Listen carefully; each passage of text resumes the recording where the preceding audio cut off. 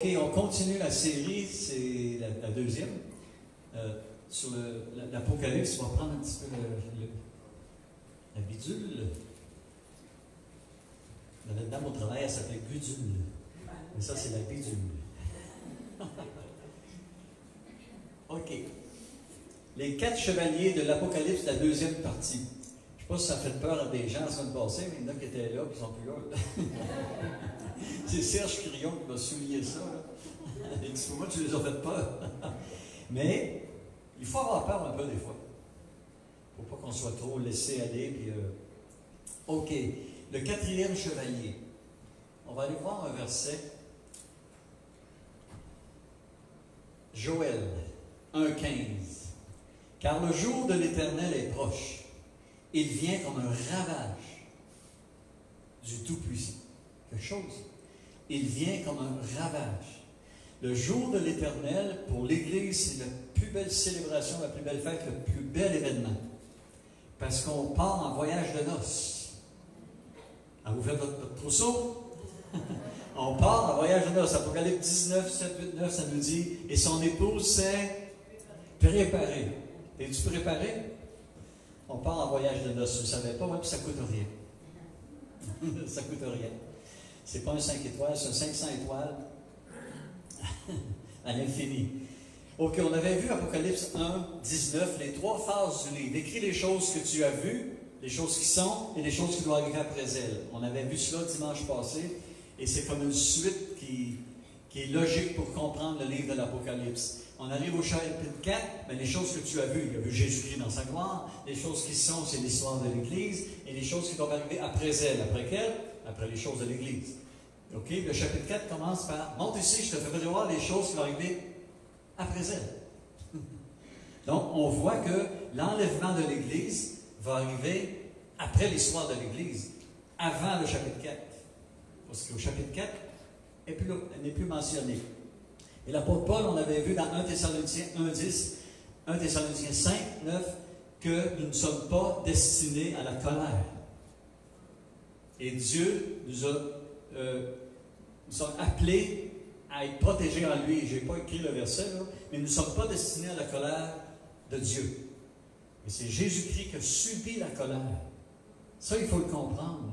Quand il parle de la colère, il ne parle pas, là, je ne sais pas, un bandit qui a volé, qui a fraudé, puis Dieu peut arriver avec quelque chose à m'amener pour l'arrêter. La colère de Dieu dans la Bible, selon tous les érudits de la parole de Dieu, c'est le jour de la colère, de la vengeance, la fête des expiations qu'on avait vu dans Lévitique 23, où le peuple d'Israël, Dieu a des comptes à rendre avec Israël.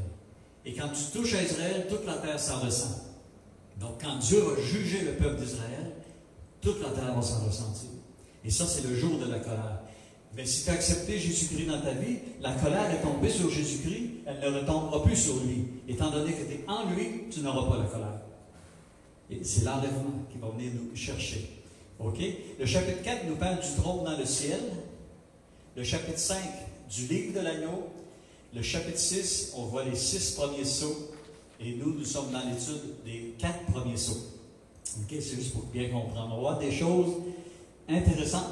Ce matin, peut-être ça va en fâcher quelques-uns.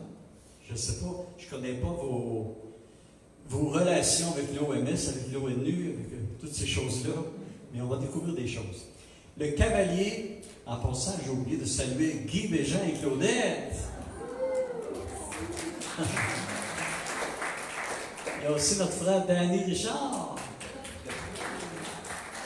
Et M. Siroir. J'ai perdu son premier nom. Carl Siroir. Est-ce qu'il y en a d'autres qui nous visitent? Puis la jolie blonde là-bas, c'est Joanne. Oui, c'est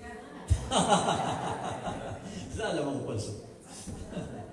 Le cavalier sur le cheval blanc représente donc l'esprit de l'Antéchrist, qui a pour mission de séduire les nations avec une fausse paix, une fausse sûreté. Et déjà, on en entend les sabots. Je parlais avec notre frère Jean-Luc hier, puis j'ai dit, je t'ai nommé dimanche passé. Il dit, si Jean-Luc serait ici, il nous expliquerait comment on entend les chevaux qui s'en viennent de loin à la course. Puis j'ai dit que j'avais fait ça avec le micro, les choses. Oui, tu t'entends comme un bourdonnement de loin. Bien, on entend le bourdonnement. on voit ce qui se passe sur la Terre, on voit ce qui se passe sur la planète, et c'est pas rose ce qui s'en vient. Là. Comme je vous le dis, on s'en va aux noces, nous, là. Mais ça se peut qu'avant les noces, on se fasse arroser. Parce que l'ennemi ne nous aime pas, là. Essayons de garder notre robe blanche. On va voir quelque chose. Connaissez-vous cet homme?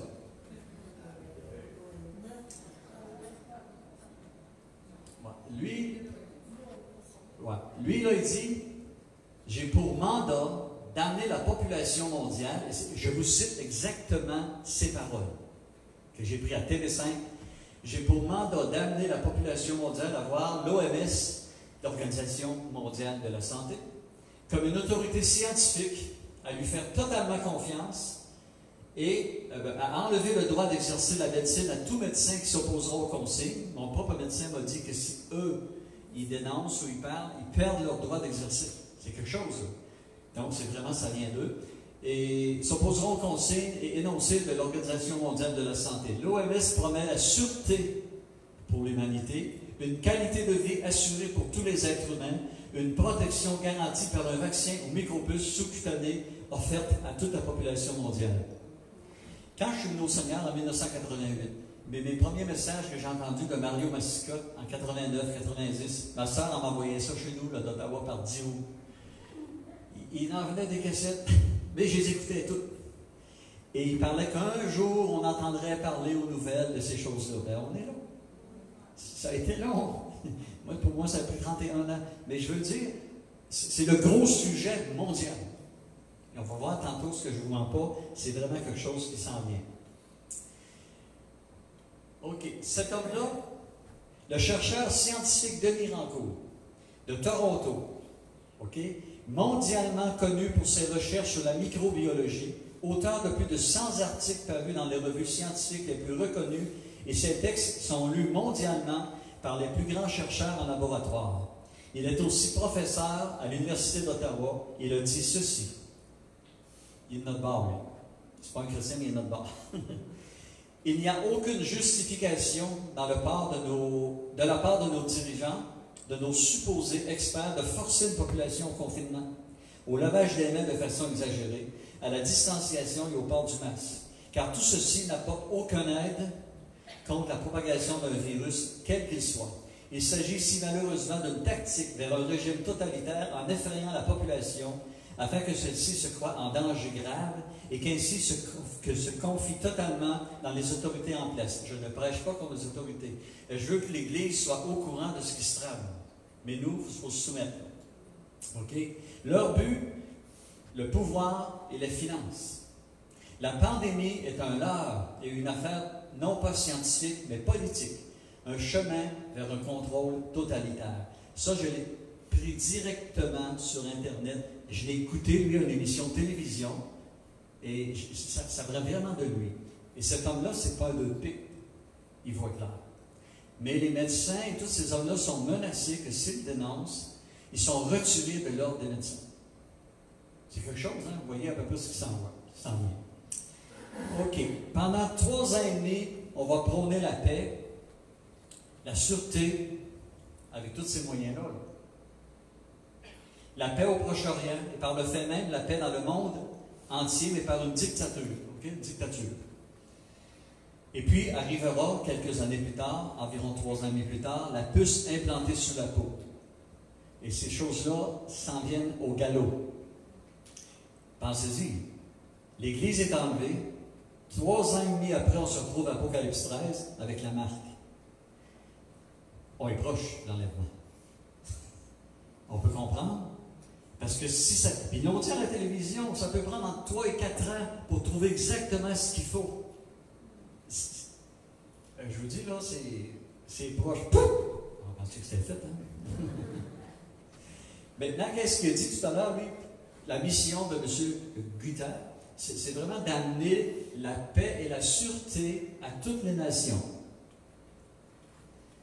Quand les hommes diront paix et sûreté, alors une ruine soudaine les surprendra comme les douleurs de l'enfantement surprennent la femme enceinte et ils n'y échapperont pas. Il va y avoir des gens qui vont crier, qui vont pleurer parce qu'ils n'ont pas accepté Jésus-Christ. et qui vont voir qu'ils se sont faire un leurre, c'est faux, c'est complètement faux. Ils vont être pris comme dans un entonnoir et ils descendent. Nous, on est dans l'entonnoir présentement. On se soumet à plein de choses et merci à l'Église d'obéir. Il faut obéir tant et aussi longtemps qu'ils ne nous demandent pas de faire des choses contre la parole de Dieu. Il faut attendre. S'ils nous disent on ne veut plus que les pasteurs prêchent, moi je vais prêcher. Comme j'ai dit dimanche passé, s'ils me coupent la tête, j'ai hâte de rencontrer Jean-Baptiste. Ils me couperont la tête, mais je vais le faire. OK. Quand il dit mon Père est sur terre,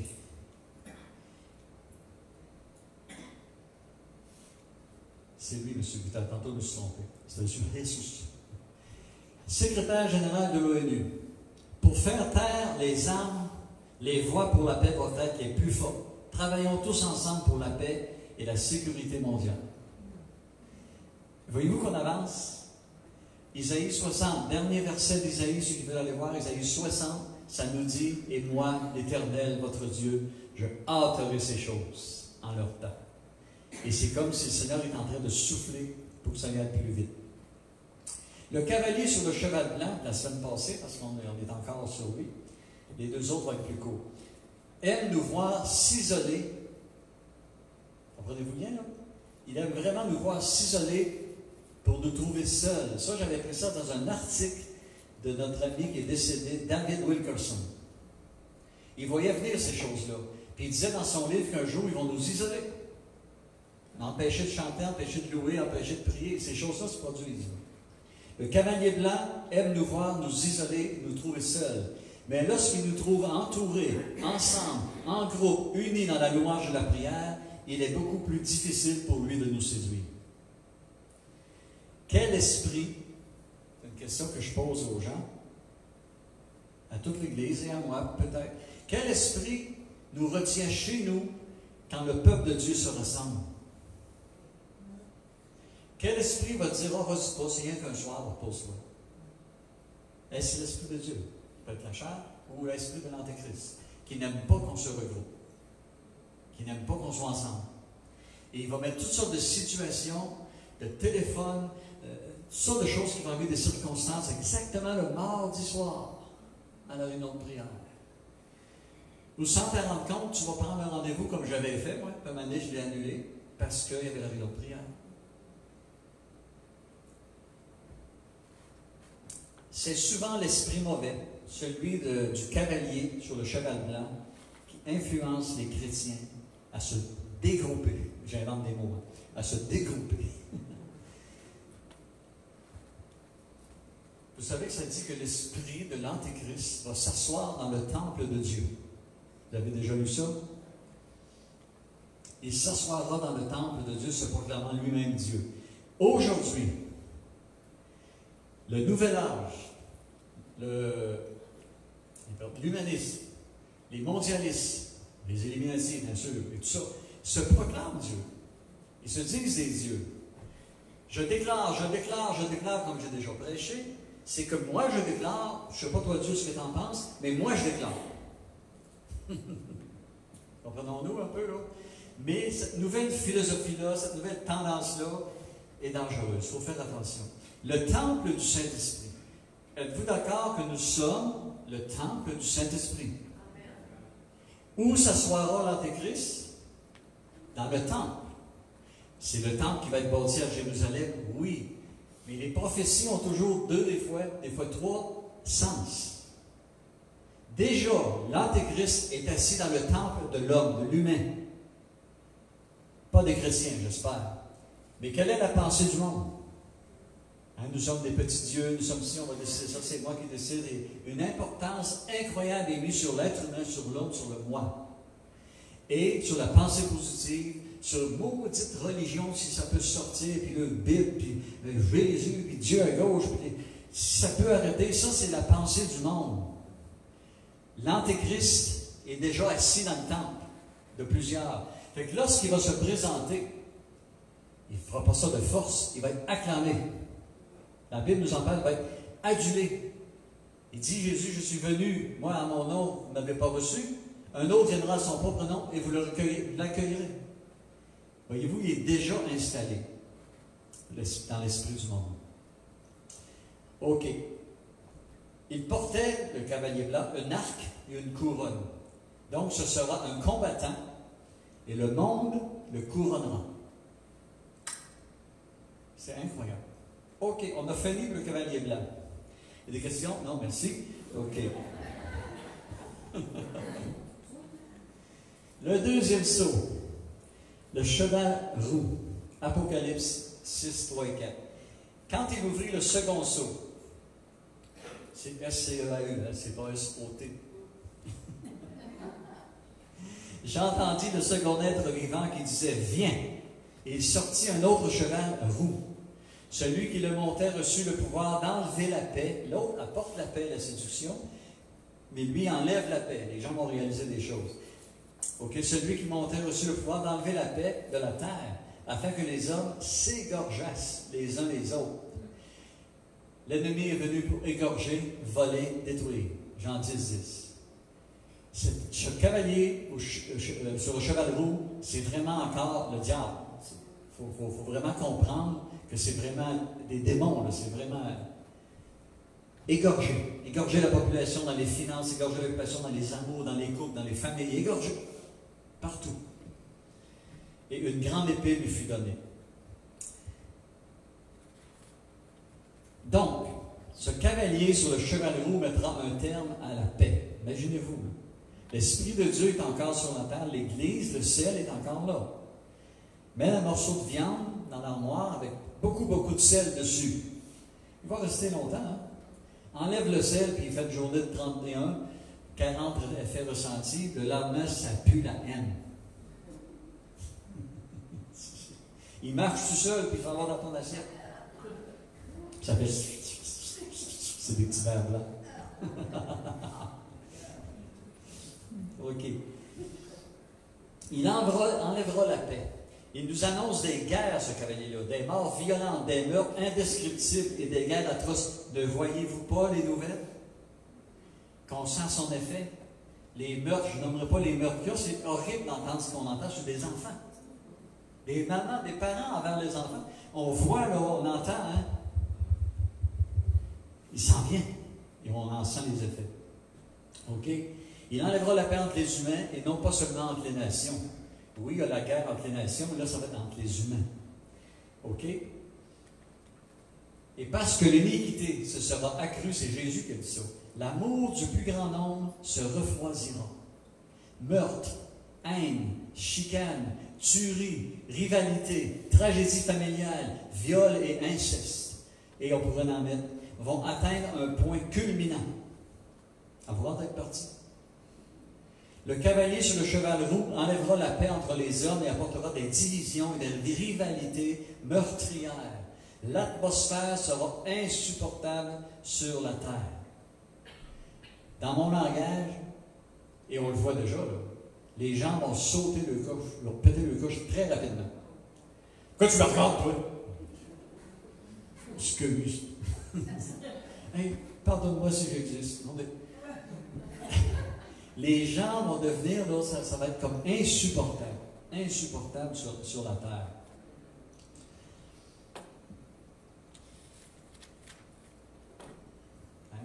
Arrêtez de tricher. OK. Ce sera invivable.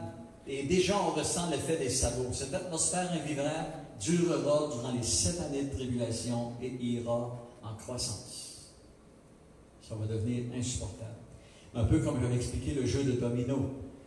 Toc, tu frappes un domino, le 7e frappe le 8e, le 8e frappe et ça s'en va, ça n'arrêtera pas. En 1989, c'est pas hier, j'ai lu ceci dans une revue, moi j'étais abonné à l'Appel de minuit et à Nouvelles d'Israël, de Wim Malgo, Peter Malgo, tout ça, au Proche-Orient. Et regardez ce que j'avais lu, je l'avais gardé, j'ai encore quelques revues.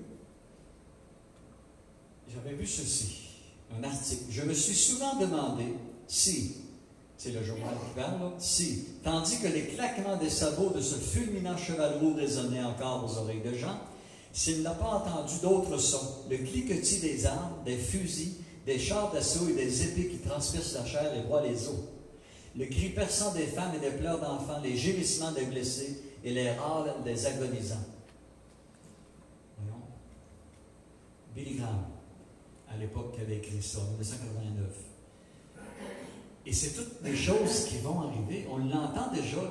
Le cri des femmes, le cri des hommes, le cri des enfants, le cri des nations. On l'entend comme jamais, jamais. Nous devons garder la foi en Jésus-Christ et persévérer dans la communion entre nous et dans les prières pour l'humanité perdue. Mais on ne pourra jamais empêcher d'arriver ce qui a été prophétisé. Et ça, sache que dans les derniers jours, nous dit Paul à Timothée, il y aura des temps difficiles. Tenons-nous ensemble, tissons des liens d'amitié, de prière, restons unis, même si on est chacun dans nos maisons parfois, restons unis par la prière. Il y a Facebook, il y a plein de Twitter, il y a tout plein de moyens de se communiquer, des besoins de prière, des félicitations, des petits versets encouragés. Restons unis, restons vraiment unis, gardons la foi. 2 Timothée 3. Sache que dans les derniers jours, il y aura des temps difficiles. Regardez la population d'aujourd'hui. Car les hommes seront égoïstes, amis de l'argent, fanfarons, hautains, blasphémateurs, rebelles à leurs parents, ingrats, irreligieux, insensibles, déloyaux, calomniateurs, intempérants, cruels, ennemis des gens de bien, traîtres, emportés, enflés d'orgueil. C'est épouvantable, c'est aujourd'hui. Aimant le plaisir plus que Dieu, ayant l'apparence de la piété, mais reniant ce qui en fait la force, éloigne-toi de ces hommes-là. Nous sommes là. Nous sommes vraiment là. Il y aura des temps difficiles dans les temps de la fin. Dans les familles, dans les couples, dans les finances, dans l'économie, dans la joie intérieure, dans le moral. Nous en vivons surtout des temps difficiles depuis quelques années, parce que nous sommes dans les temps de la fin. Et cela ira malheureusement en augmentant. Nous sommes entrés dans une nouvelle saison de la fin. Ça va avancer très vite. Et les guerres, les tragédies, de plus en plus seront sauvages et vont faire la une des médias. J'ai monté ça, ça fait à peu près 3 semaines. Oui. Puis là, ma grande surprise, à tous les jours pratiquement, ce qui fait la une du Journal du Québec, puis les nouvelles, c'est des meurtres, des tragédies, des affaires horribles. Ça dit un homme sera ingénieux au mal. Ingénieux au mal, ça ne veut pas dire qu'on va fabriquer une machine, qu'on fait sauter une bombe. Oui, ça peut être ça. Mais ça peut être ingénieux, comment faire mal au monde. C'est horrible. Nous devons nous y attendre parce que ça a été prophétisé et c'est annoncé, donc inévitable. Nous, comme enfants de Dieu, ne vivons et ne vivrons que les vents annonciateurs de la tempête qui vient. Nous, comme enfants de Dieu, on est en train de descendre, oui, parce que l'humanité est déchue comme une cabane qui chancelle comme un homme ivre, ok? Elle croule sous le poids de son péché, elle tombe, nous dit Isaïe, et ne se relèvera plus. Nous sommes dans cela. Jusqu'où le Seigneur va permettre qu'on descende, qu'on subisse les vents, qu'on entende les sabots, qu'on voit toutes ces choses-là horribles. Jusqu'où, je ne sais pas, mais à un moment donné, puis on vient nous chercher. Mais l'humanité va continuer à descendre dans l'entonnoir. L'entonnoir, ça finit par un petit tuyau qui s'en va direct en enfer. Il va venir nous chercher. Parce que nous ne sommes pas destinés à la colère, à l'acquisition du salut en Jésus-Christ. Les gens réclameront la puce. C'est imaginable. J'avais dit à Madame, je ne nommerai pas, on est en nombre. Elle était à la Banque Royale, elle ne travaillait plus. Et puis, j'avais dit où on s'en allait. Elle dit, t'es pas supposé savoir ça, c'est nos réunions secrètes quand on a des rencontres à Québec ou à Montréal. Parce que moi, j'avais dit qu'on s'en allait vers un système totalitaire, qu'on aurait la puce, et toutes les données seraient là-dessus. Elle dit, comment ça tu sais ça? Mais j'ai dit, c'est dans la Bible. Mais oui, c'est dans la Bible. Et là, on est là. Ça fait près de 10 ans de ça. Et là, on est là. OK. Là, j'étais. OK. Les gens réclameront la puce. La solution pour eux, ça sera la puce. Ils accourront pour la recevoir. Une fausse paix de dictature sera en place. Les atrocités augmenteront de façon exponentielle. La monnaie sera disparue. Même durant la COVID, à 2 endroits, j'ai payé avec de l'argent, ils m'ont refusé. C'est pas si ça est arrivé. Voyez-vous, c'est facile de faire disparaître la monnaie. Tu vas dire au monde, elle est pleine de microbes. Si tu touches à ça, mets-toi 4 épaisseurs de gants. Puis là, on va dire, on a la solution, là. On a vraiment la solution. Rendez-vous que les gens qui ne voudront pas la solution ne pourront plus acheter. J'ai reviré du dépanneur, je suis allé chez nous chercher ma carte. Mais si je n'avais pas eu de carte, là, je ne pouvais même pas m'acheter du fromage. Ça approche. OK? Non seulement la puce leur permet... Peux-tu passer un bout? Oui. OK. La solution pour l'humanité qui n'a pas d'autre espoir pour survivre que de recevoir la solution de la puce.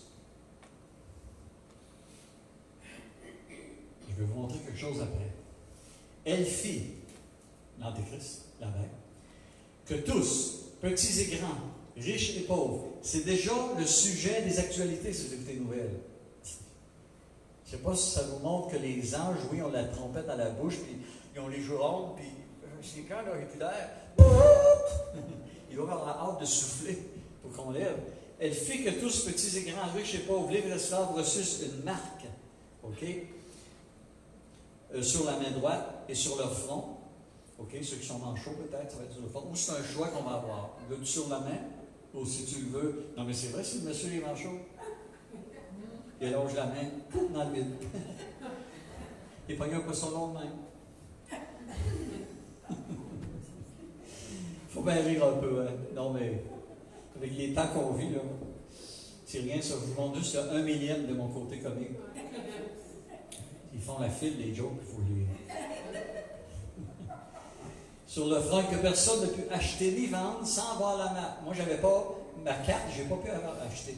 Le nom de la bête et le nombre de son nom. Et je ne m'avancerai pas sur le 666. Laissons ça, je ne suis pas assez connaissant de tout ça. Non seulement cette puce leur permettra d'acheter. OK? Regardez bien ça. Ça, c'est un grain de riz. Voyez-vous comment elle est petite, la puce?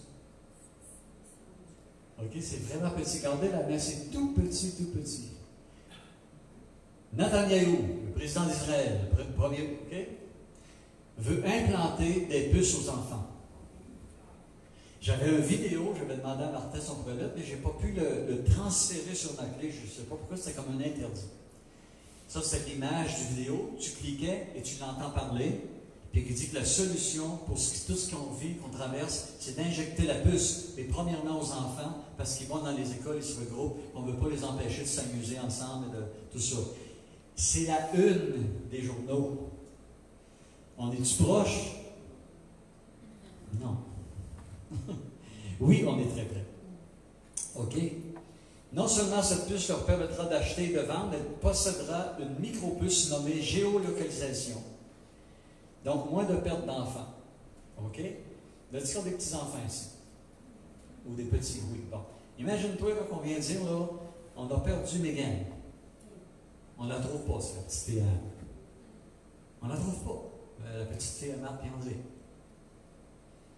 Puis là, les policiers, puis tout ça, c'est comme ça aujourd'hui. Ils vont chercher. Là, les carpentiers, ils vont chercher longtemps, puis tout ça. Puis ils cherchent, puis ils cherchent, puis ils cherchent, puis ça peut prendre du temps. Des fois, il y en a qui ont Nancy B, ils ne l'avaient jamais trouvé. Il y a des noms qu'ils n'ont jamais retrouvés. Mais avec la puce, hey, les mamans, les papas, finissent d'avoir peur. Qu'elle soit n'importe où, même dans le fond de marin, c'est triste, n'importe où, on la trouve, paf, instantané. Via satellite. Elle est à Québec, rue Beauport. Mais dites-vous que les gens vont la vouloir? Ils vont vraiment la vouloir. Elle contiendra toutes les données médicales, financières, donc plus aucun vol, comme j'ai dit. Elle aura en mémoire toutes les cartes, permis de conduire, carte d'assurance maladie, carte d'hôpital, ou d'hôpitaux si on a d'autres, carte d'assurance sociale, plus besoin de porte-monnaie. Hein, Guy? Toi qui traîne tout le temps 4-5 000 piastres sur toi. Tu vas pas voler.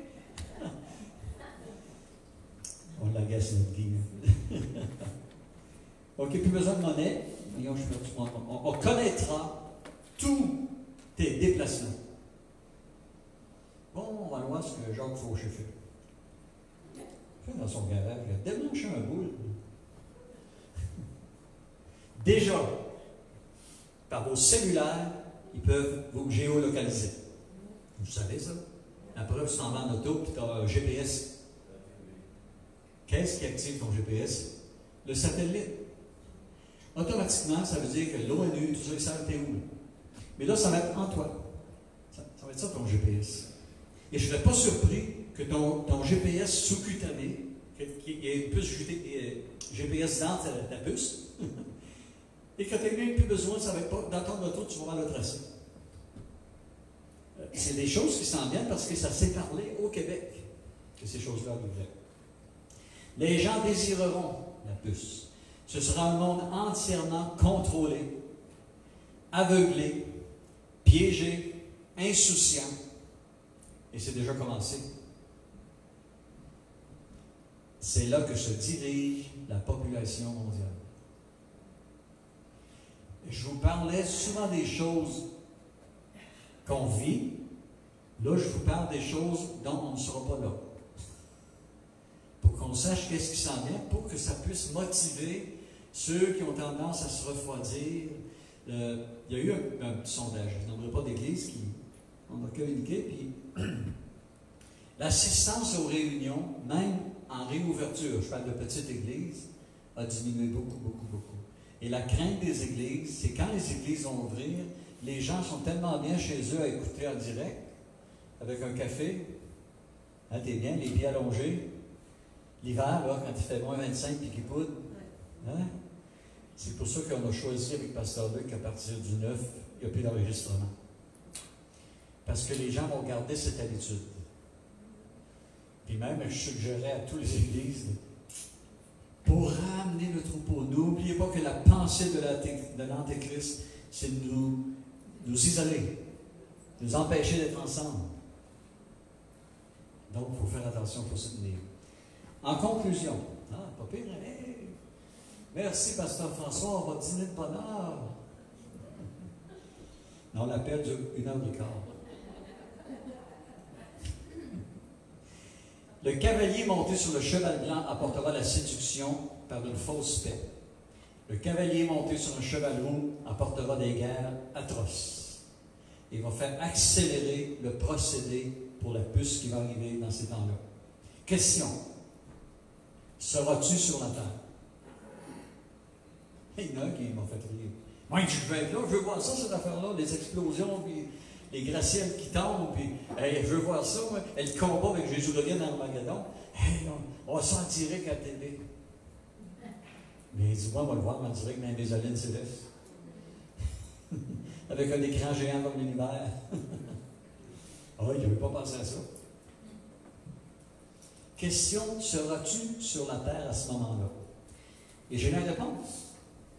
Alors, bon, ça, peux-tu avoir la réponse? C'est pas ça que je pense. Regardez, tu vois, j'ai la réponse, ça va tout vous rejoindre. À toi de décider. À toi de décider si tu seras là. Pour tous ceux qui nous écoutent, et peut-être des fois les gens ici, là, on avait une dette qu'on ne pouvait pas payer, celle du péché. Il n'y a rien qui peut payer cette dette-là, il n'y a rien qui peut être assez bon, assez sacrifice qu'on peut faire de nous-mêmes pour payer notre entrée au ciel. Alors, Dieu a envoyé son Fils Jésus-Christ pour payer la dette.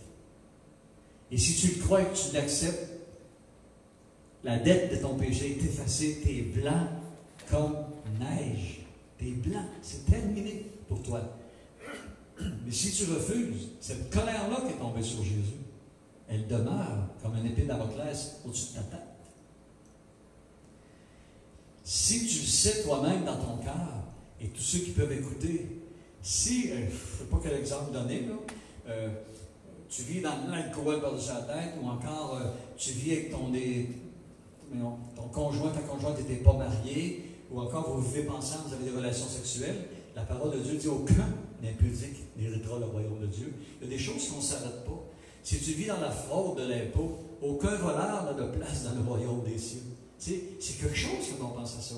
Mais on est tous égaux, on est des pécheurs, condamnés à être séparés de Dieu pour l'éternité. Romains 3, 23.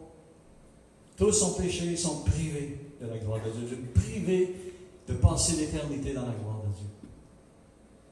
Romains 6, 23 va dire, mais gratuitement déclaré juste en Jésus-Christ. Il faut accepter Jésus-Christ.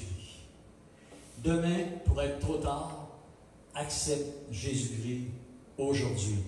Ceux qui nous écoutent sur vidéo, ben, vous ne voyez pas les diapos et la petite partie que vous voyez tombe à l'envers parce que c'est l'effet miroir. C'est marqué Jésus est mort, donne-lui ta vie. Demain, pour être trop tard, accepte Jésus-Christ aujourd'hui. Et je le dis à tous nos auditeurs, auditrices, tous ceux qui écoutent, il est temps comme jamais de s'ajuster, de revenir au pied de la croix. Moi, je dis ça souvent à des personnes, si toi tu es en chicane avec cette personne-là où ça ne va pas, allez à Jésus, vous allez vous rencontrer au pied de la croix. Et au pied de la croix, c'est le même esprit. Donnons nos vies vraiment à Jésus-Christ. Je termine le message. Excusez ma voix. La semaine prochaine, c'est le cavalier noir. Le cavalier sur le cheval noir. Et ça va être un petit peu épeurant. Ben, je vous dis ça, là. Je vais citer la parole de Dieu. Que Dieu vous bénisse. N'oubliez pas pour la sortie, on sort par la sortie ici à ma gauche, pour respecter les consignes. Soyez grandement bénis cette semaine et ouvrez vos Bibles. Soyez bénis.